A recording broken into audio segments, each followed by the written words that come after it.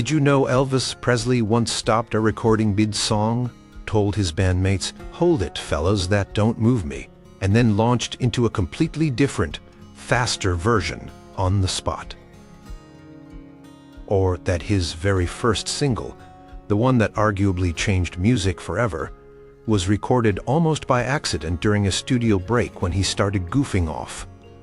And one of his most iconic early TV performances, featuring raw vocal growls and energetic yelps, led to nationwide media outrage and demands for censorship.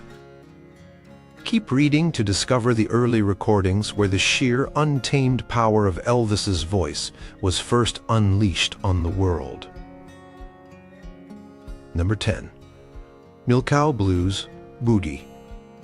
Recorded at Sun Studio in Memphis, likely in November or December of 1954, this track offers a documented glimpse into Elvis's spontaneous energy even in the recording booth. The song itself was originally recorded by Kokomo Arnold in the 1930s, a faster blues number.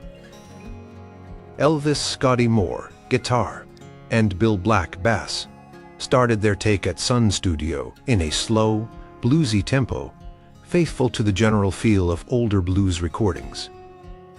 A few lines into the first verse, Elvis's voice sounds measured, almost deliberate.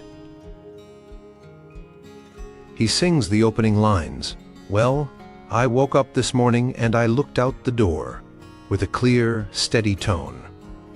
The instrumentation behind him is sparse. Scotty Moore's clean electric guitar lines and Bill Black's upright bass providing a simple rhythm. The famous Sun Records slapback echo is present, giving his voice a slight amp, but the delivery is relatively restrained. Then, abruptly, the performance halts. You can hear Elvis clearly on the recording say, "Hold it, fellas." There's a brief pause. He continues, delivering a line that became legendary among Elvis aficionados. "That don't move me. Let's get real gone for a change." What happens next is an explosion of energy. The tempo instantly kicks up several notches. Bill Black slaps his bass with frantic intensity. Scotty Moore lets loose with faster rockabilly-infused guitar licks, and Elvis's vocal delivery transforms completely. His voice takes on a raw, almost frantic quality. He pushes his volume, hitting the notes with more force. Listen closely to the words. Get real gone. His voice jumps in pitch and energy, a stark contrast to the preceding lines. Throughout the faster section, his voice is filled with youthful exuberance and a driving intensity. He employs vocal hiccups, slight growls, and pushes his voice into higher registers with palpable effort. The lines, "Well, then I looked down the street and I seen your man coming," are delivered with a near shout, cutting through the now much more energetic musical backing. The raw power isn't just about volume. It's in the commitment, the sudden shift, the audible decision to inject pure, unadulterated energy into the track. The recording captures him pushing the boundaries of the blues framework he started with, infusing it with the high-octane spirit of what would become rockabilly.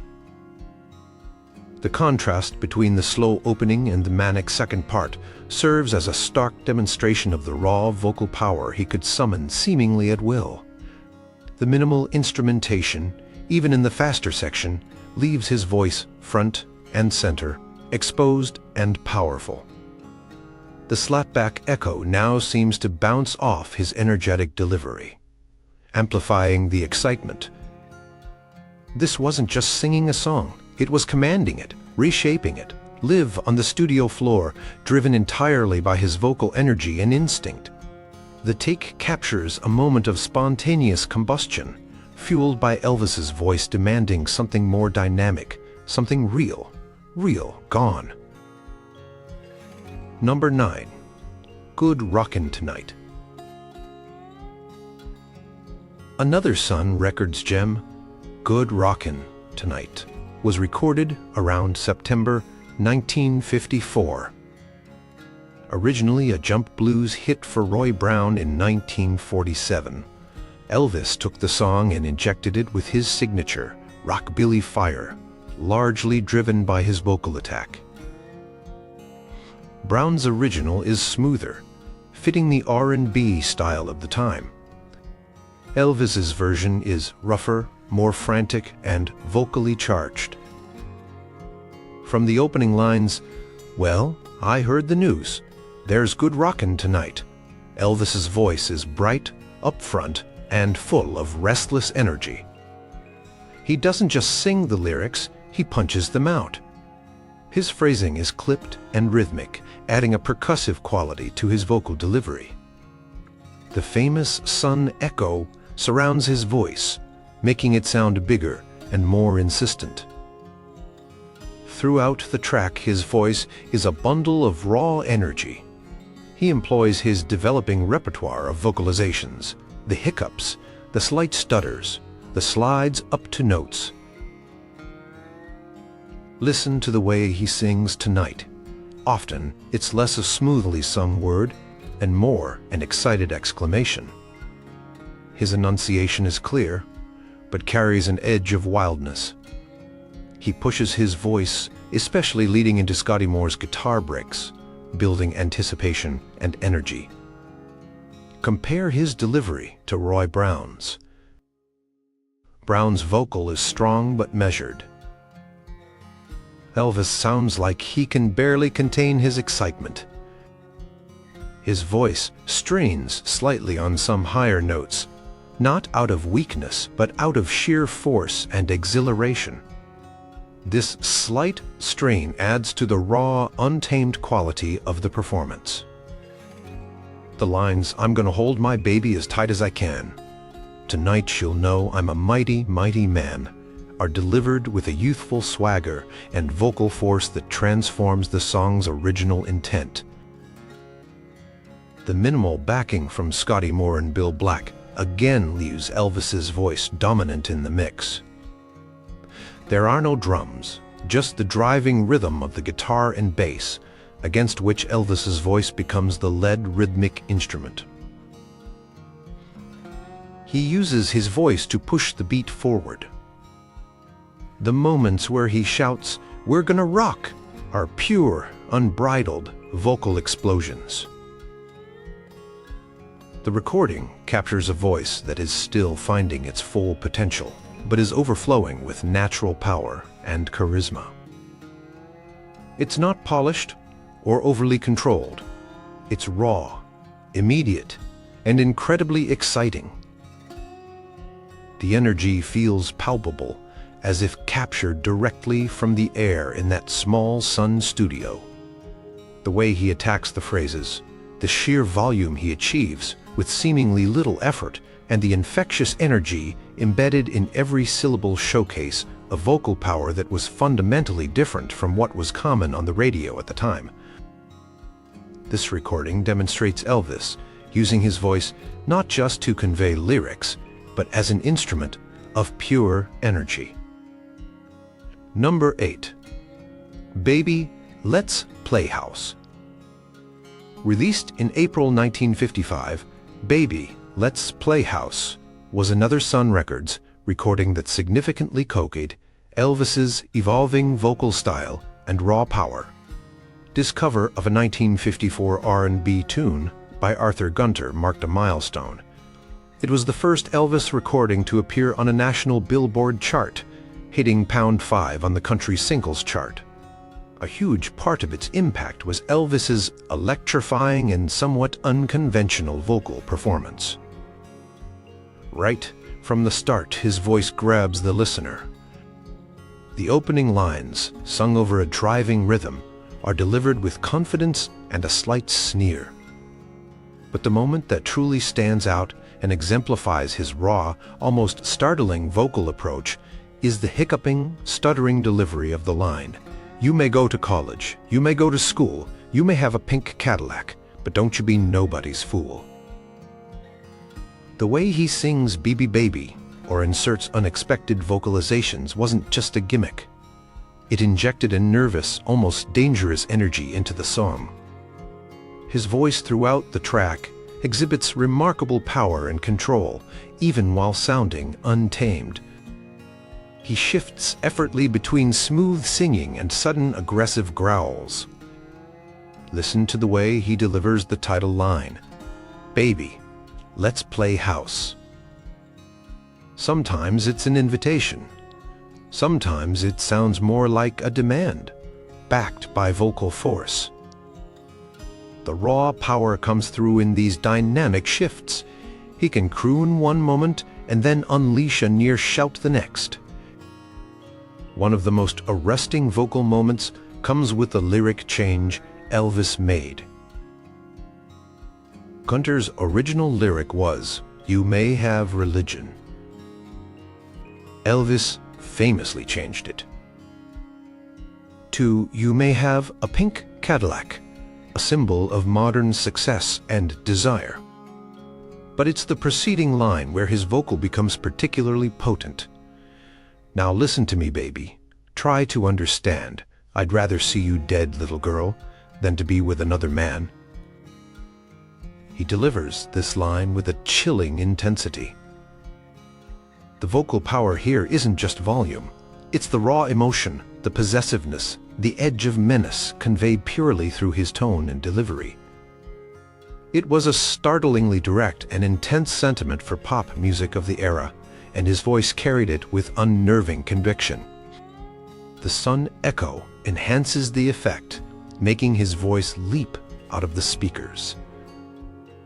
Scotty Moore's guitar riff is iconic, but Elvis's vocal performance duels with it, sometimes riding over it, sometimes reacting to it. He uses his voice like a lead instrument, full of rhythmic invention and sudden bursts of power. The slight rasp that occasionally creeps into his voice, especially when he pushes for volume or intensity, adds to the raw, unfiltered quality. This recording captured a young singer using his voice with audacious confidence, bending blues and country conventions into something new and electrifying, driven by a vocal power that was both thrilling and a little bit dangerous. Number 7. Trying to Get to You. Though released by RCA Victor in September 1956 as an album track on his debut LP, Elvis Presley Trying to Get to You was actually recorded during his Sun Records tenure, likely in July 1955. This track is a masterclass in Elvis's early vocal power, particularly his ability to convey intense emotion through sheer vocal force and control. The song was originally recorded by the R&B group The Eagles in 1954. From the opening notes, Elvis's voice is filled with a desperate urgency. He sings the lines, "I've been traveling over mountains, even through the valleys too," with a clarity and strength that immediately commands attention. Unlike some of the more rockabilly-oriented Sun tracks, this performance leans more towards a powerful ballad style, showing a different facet of his vocal prowess. The raw power here manifests in the sustained notes and the emotional intensity he pours into the performance. Listen to the way he belts out the lines in the chorus. "Lord, I've been started running, trying to get to you." His voice soars, holding notes with remarkable stability and power. There's a pleading quality, but it's backed by immense vocal strength, not fragility. He pushes his voice to the edge, conveying the effort and desperation inherent in the lyrics. The recording is relatively clean, possibly benefiting from Sam Phillips' growing experience or simply the nature of the song. This clarity allows the listener to fully appreciate the nuances of Elvis's vocal delivery, the slight vibrato that adds emotional weight, the way he builds intensity across phrases, the sheer lung power required to sustain the high notes with such force. His voice sounds huge, filling the sonic space created by the simple backing of guitar, bass, and light piano, played by Elvis himself. There are moments where his voice takes on an almost gospel-like fervor, particularly in the bridge section. The lines, "When I read your letter this morning, said you wouldn't be returning," are delivered with palpable anguish, yet his voice remains strong and resonant. He doesn't just sing the words, he embodies the feeling behind them, using the full power of his vocal instrument. Compared to the original version by the Eagles, Elvis's rendition is significantly more intense and vocally dynamic. He transforms the R&B tune into a personal, impassioned plea, driven almost entirely by the power and emotion in his voice. Even without the overt growls or stutters of some other tracks, the raw vocal power is undeniable. It's in the sustained notes, the soaring peaks, the controlled intensity, and the sheer emotional weight he brings to the performance. It's a demonstration of pure vocal talent, largely unadorned, recorded before the massive fame hit, toting the foundational power that would soon captivate the world. Number 6. Mystery Train. Recorded in July 1955, Mystery Train holds a special place in the Elvis canon. It was the final single released on Sun Records before his contract was sold to RCA Victor. It's often cited as one of the most atmospheric and perfectly realized Sun recordings, and Elvis's vocal performance is central to its haunting power. The song was originally written and recorded by Junior Parker in 1953. Elvis's vocal on Mystery Train combines power with a unique, almost ethereal quality. The song has a driving, hypnotic rhythm, often described as chugging like a train, provided by Scotty Moore's guitar and Bill Black's bass. Over this, Elvis's voice floats and weaves, filled with a youthful melancholy. He sings the opening lines, "Train I ride, 16 coaches long, with a high, clear tenor tinged with the signature sun-slapback echo, which here contributes significantly to the song's mysterious atmosphere." The raw power in this recording is perhaps more subtle than in tracks like "Baby Let's Play House," but it's undeniably present. It's in the way his voice cuts through the rhythmic backing, clear and distinct. It's in the sustained notes, like on the word "long," where his voice hangs in the air, enhanced by the echo. It's also in the moments where he injects bursts of energy, like the slight vocal swoops and the near yodel sound he employs, particularly on the woo-oo backing vocal elements, likely overdubbed by Elvis himself. Listen to the contrast in his delivery. The verses carry a sense of resigned bluesiness, but his voice retains a youthful energy that prevents it from sounding truly defeated. When he sings, "Train, train, comin' round, round the bend," there's a build-up of intensity, a surge of power that mirrors the approaching train described in the lyrics. His voice takes on a slightly harder edge, pushing against the beat. Sam Phillips' production work is often praised on this track, particularly the masterful use of echo, which makes Elvis's voice sound both distant and immediate, adding to the haunting quality. But the production serves to enhance, not create, the power inherent in the vocal performance itself.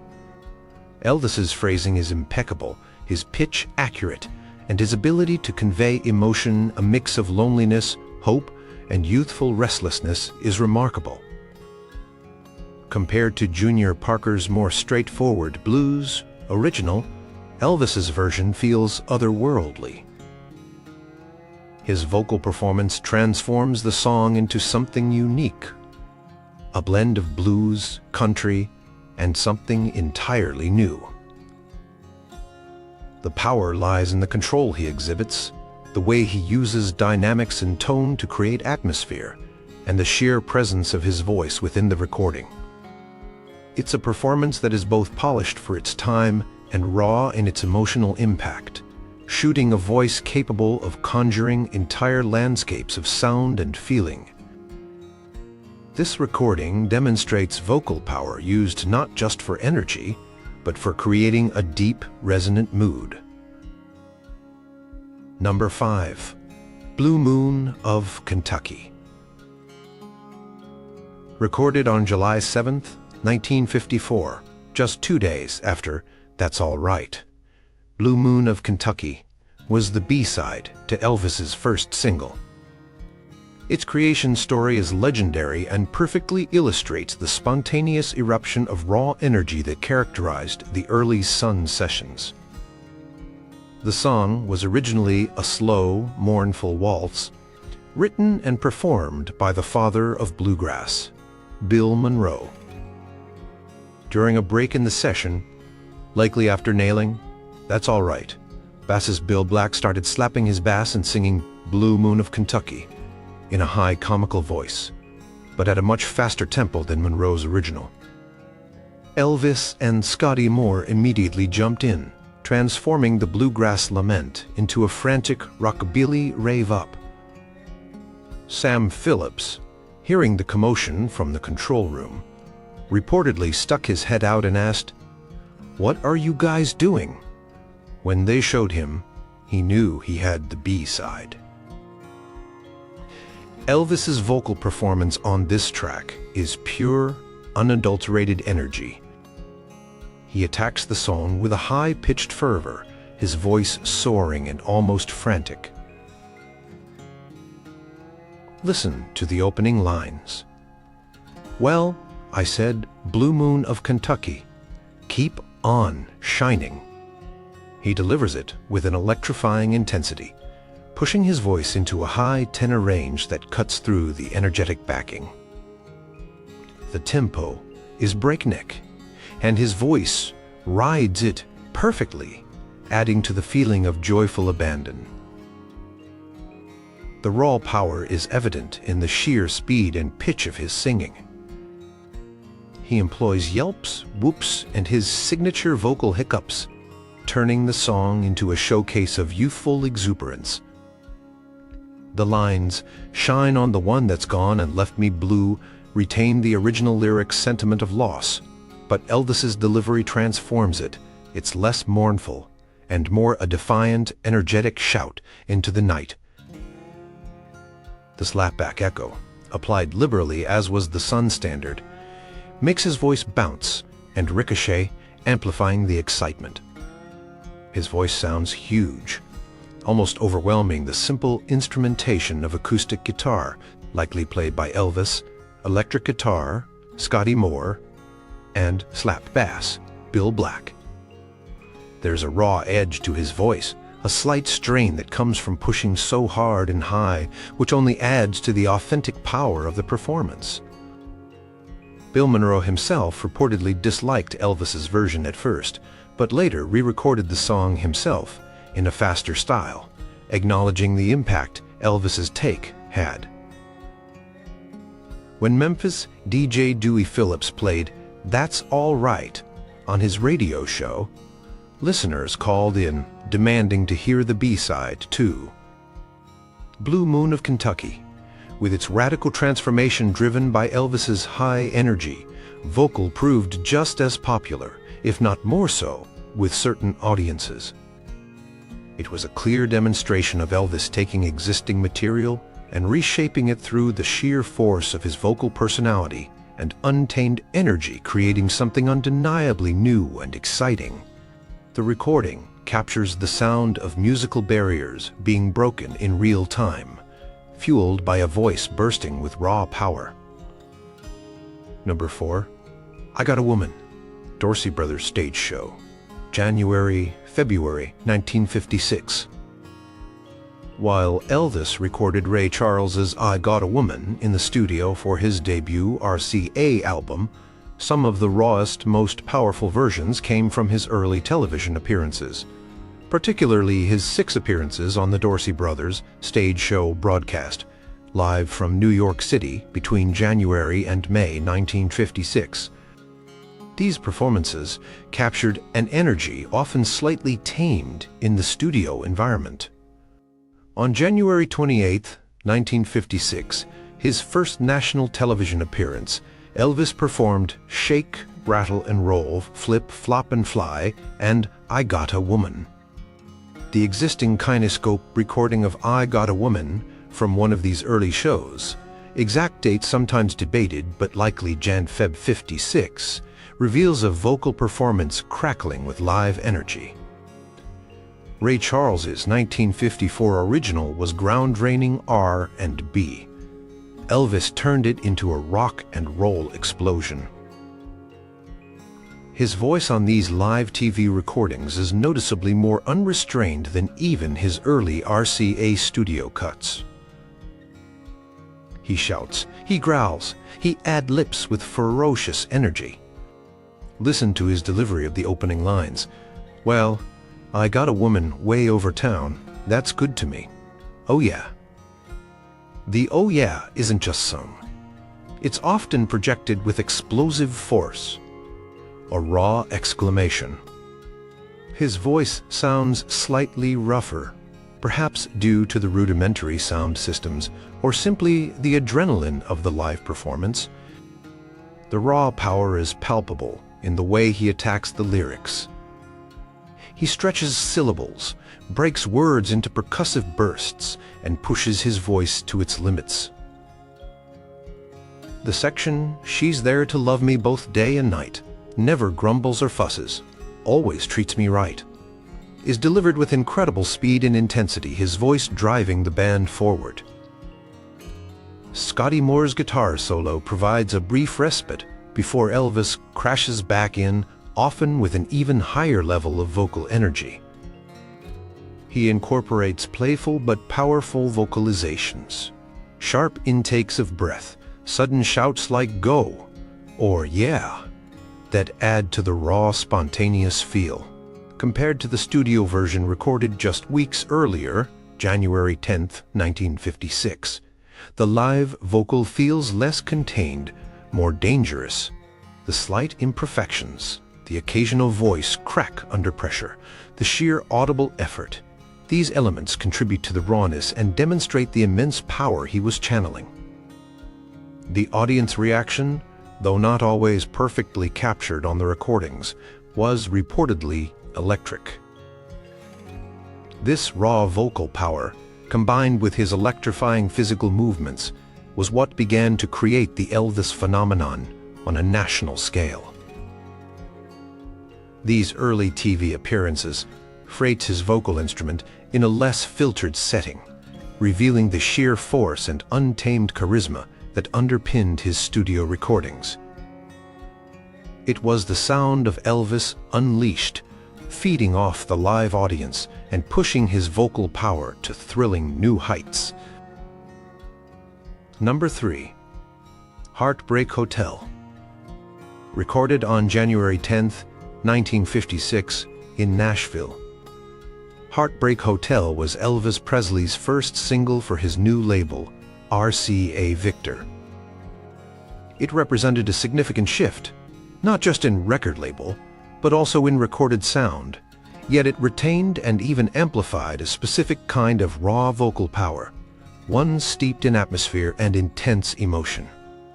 The song, co-credited to Milkcow Blues, Tommy Durden, and Elvis himself, was unlike anything else on the charts. The raw power in Heartbreak Hotel is different from the frantic energy of the Sun rockabilly tracks. It's darker, more deliberate, and uses space and echo to create a sense of vast, desolate power. Elvis's vocal performance is central to this effect.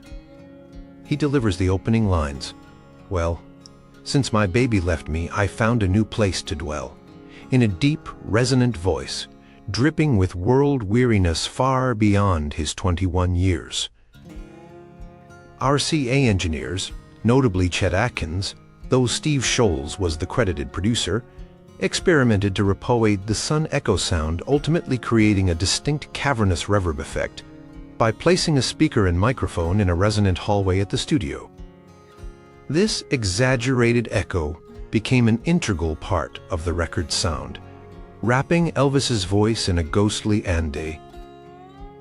His voice cuts through this echo with remarkable clarity and force. The power is evident in the dynamic contrasts. The verses are sung in a low, almost speaking register, full of controlled despair. But then comes the chorus.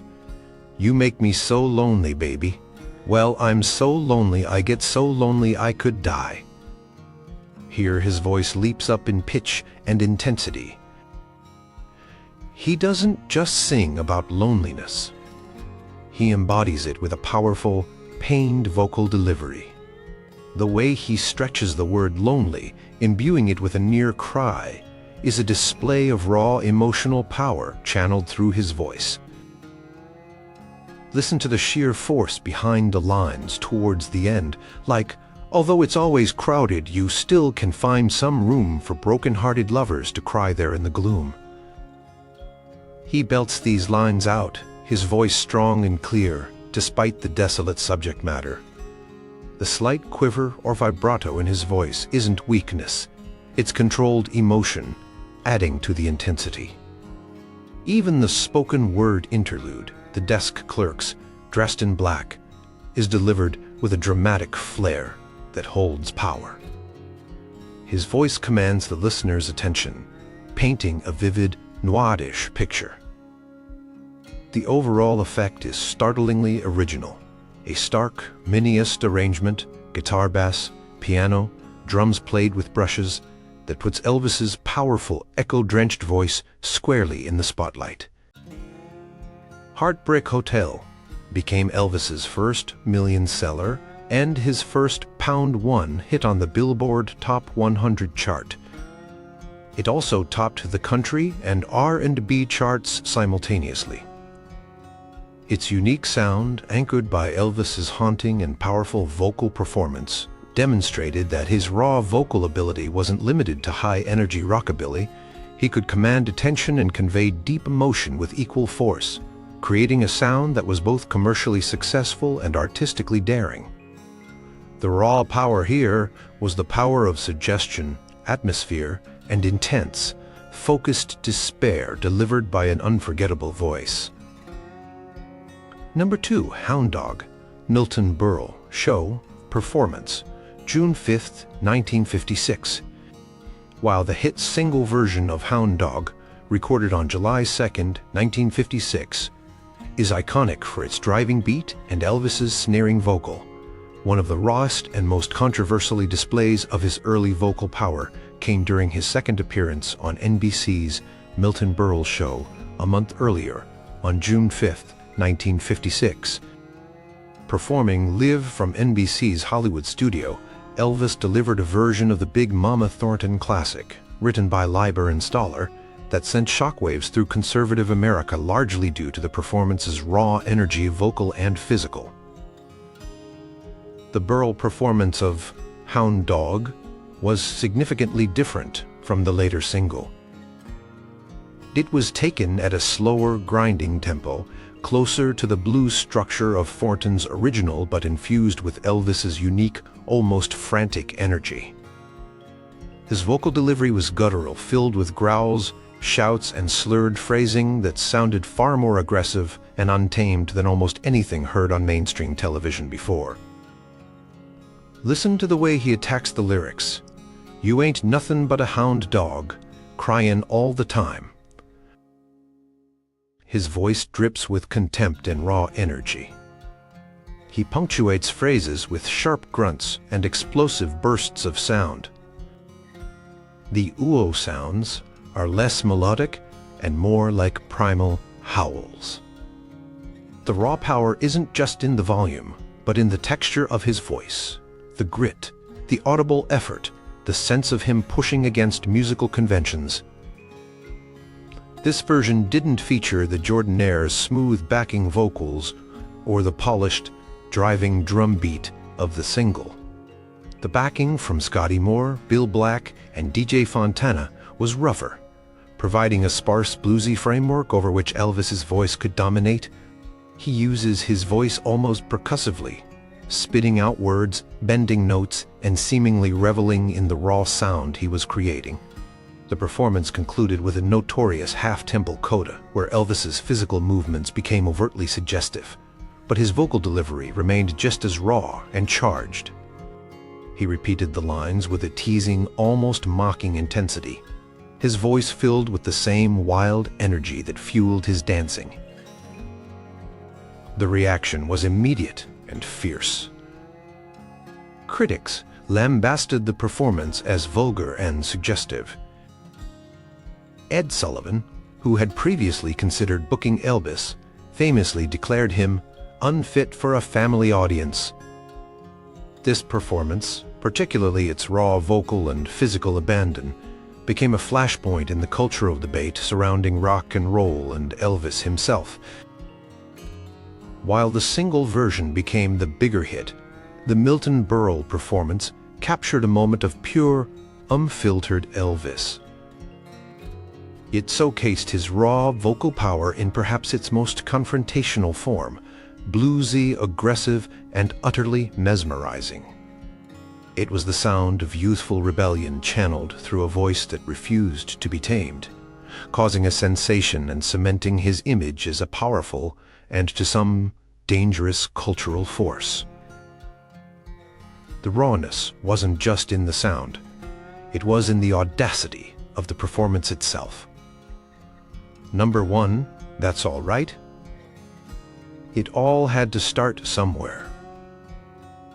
Recorded on the evening of July 5, 1954 at Sun Studio in Memphis, That's All Right wasn't just Elvis Presley's first commercial recording. It was arguably the flashpoint for rock and roll, and the birthplace of his recorded raw vocal power. The song itself was a blues number, written and originally performed by Arthur Big Boy Crudup. The story of its recording is a testament to spontaneous combustion fueled by Elvis's unique vocal energy. Elvis, Scotty Moore, guitar, and Bill Black bass were in the studio, reportedly having a somewhat frustrating session trying to find a sound that clicked. They had tried ballads, country tunes, but nothing seemed to capture the spark producer Sam Phillips was looking for. During a break, Elvis started acting the fool, as Scotty Moore later put it. He picked up his acoustic guitar and launched into Arthur Crudup's That's All Right, but at a much faster tempo and with a completely different feel, lighter, bouncier, infused with youthful energy. Scotty and Bill jumped in, following Elvis's lead. What emerged was a sound unlike anything they had tried before. It wasn't blues, it wasn't country, it wasn't R&B, it was something new driven by Elvis's electrifying vocal performance. Sam Phillips, hearing this from the control room, immediately recognized that something special was happening. He asked them to start again and recorded it. Listen to Elvis's voice on this seminal recording. It's young, bright, and incredibly alive. He sings with a loose rhythmic feel, blending blues phrasing with inflections that hinted at his country influences. The raw power here isn't about shouting or growling, though hints of that would come later. It's about the sheer, unadulterated energy and charisma pouring through the microphone. His voice is clear and upfront in the mix, largely because the instrumentation was so sparse. Just his rhythm, acoustic guitar, Scotty's lead electric guitar, and Bill's slapping upright bass.